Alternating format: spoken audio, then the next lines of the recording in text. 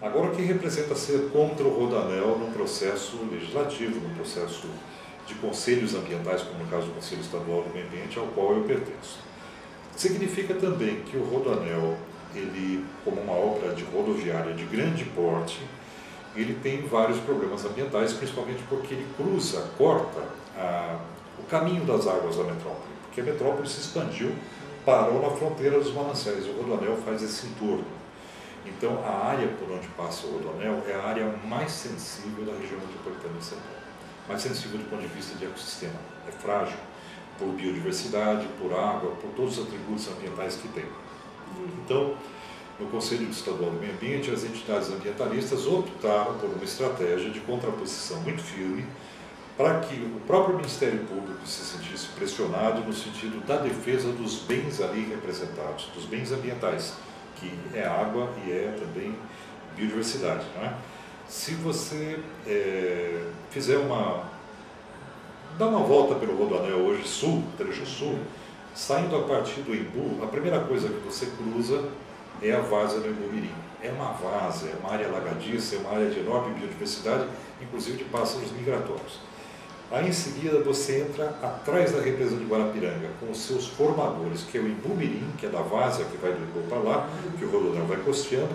Em seguida você entra na região do Bororé, já na região da represa Billings, que é uma área preservada, como a maior caixa d'água da segunda maior cidade do mundo em termos da segunda cidade do mundo em termos de precariedade, a primeira cidade do México, a segunda é São Paulo. E aí o Rodoanel ele corta toda a região dos mananciais da Billings, costeando o lado da cidade, não o lado contrário, e cortando uma área extremamente frágil do ponto de vista geológico, o que permite um assoreamento do reservatório. Quer dizer, a terra solta ela acaba indo para a represa.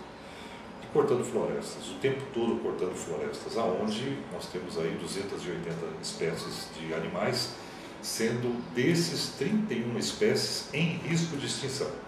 E por que essas espécies estão em risco de extinção? Porque essas espécies elas tiveram seu habitat reduzido. Uma espécie entra em extinção quando ela não tem condições na natureza de sobreviver. E o Rodoanel, ele atingiu brutalmente, não só a questão hídrica de São Paulo, mas atingiu também essa biodiversidade. Né?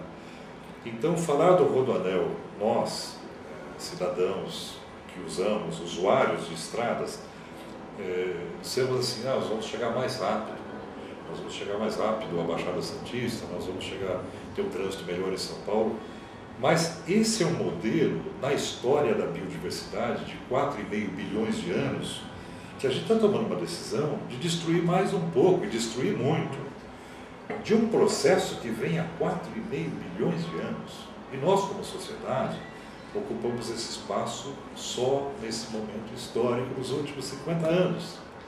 Então, pensar em sustentabilidade, pensar sociedade sustentável, é pensar na proteção desses ecossistemas fundamentais e na proteção da biodiversidade e na proteção da vida. Porque nós estamos tratando de dois tempos distintos. Um tempo que é o tempo econômico, eu preciso fazer a minha carga chegar mais rápido ao porto, eu preciso ter a valorização da minha terra, eu preciso ter a minha locomoção para as minhas atividades profissionais, do lazer da minha família e tal. Esse tempo, ele é regido por uma ótica econômica. O tempo é dinheiro e o tempo me facilita. Também uma ótica norte-americana. Bom, exatamente, é o mesmo modelo que o modelo ocidental.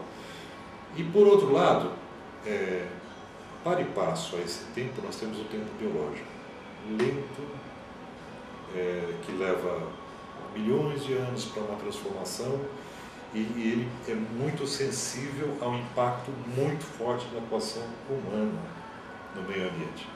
Então, quando nós falamos de sustentabilidade, nós falamos de compatibilizar esse tempo econômico, que é o nosso tempo, da nossa moda do século XX, do século XXI, e nós falamos de um tempo biológico de milhões e milhões de anos.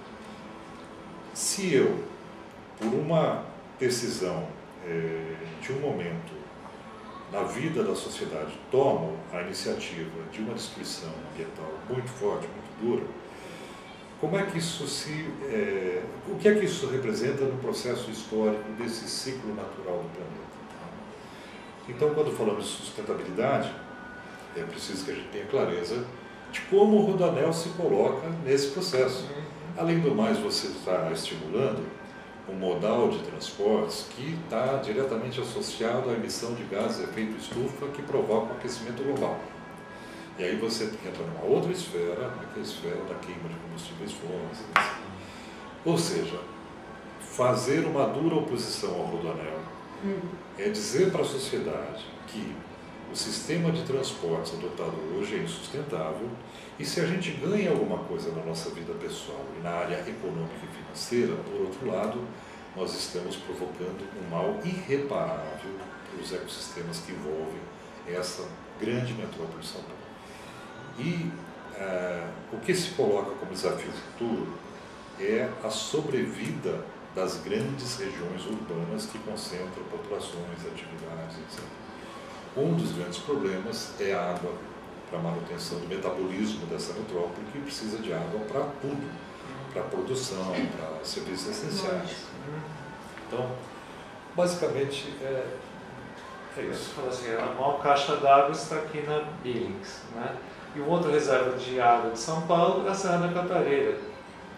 Qual futuro projeto do Rodoanel também quer passar? Também quer passar por lá. É bom entender isso, e isso é muito importante para compreender o que significou a resistência contra o Rodoanel.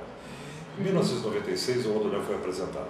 Trecho oeste, pequeno, ligando o sistema da Bandeirantes, né, Até a Regis Bittencourt. foi até a Regis, mas ela pega o sistema de vias norte de São Paulo e ela liga com a Castelo Branco e vai até a Regis, passando pela Raposo Tavares.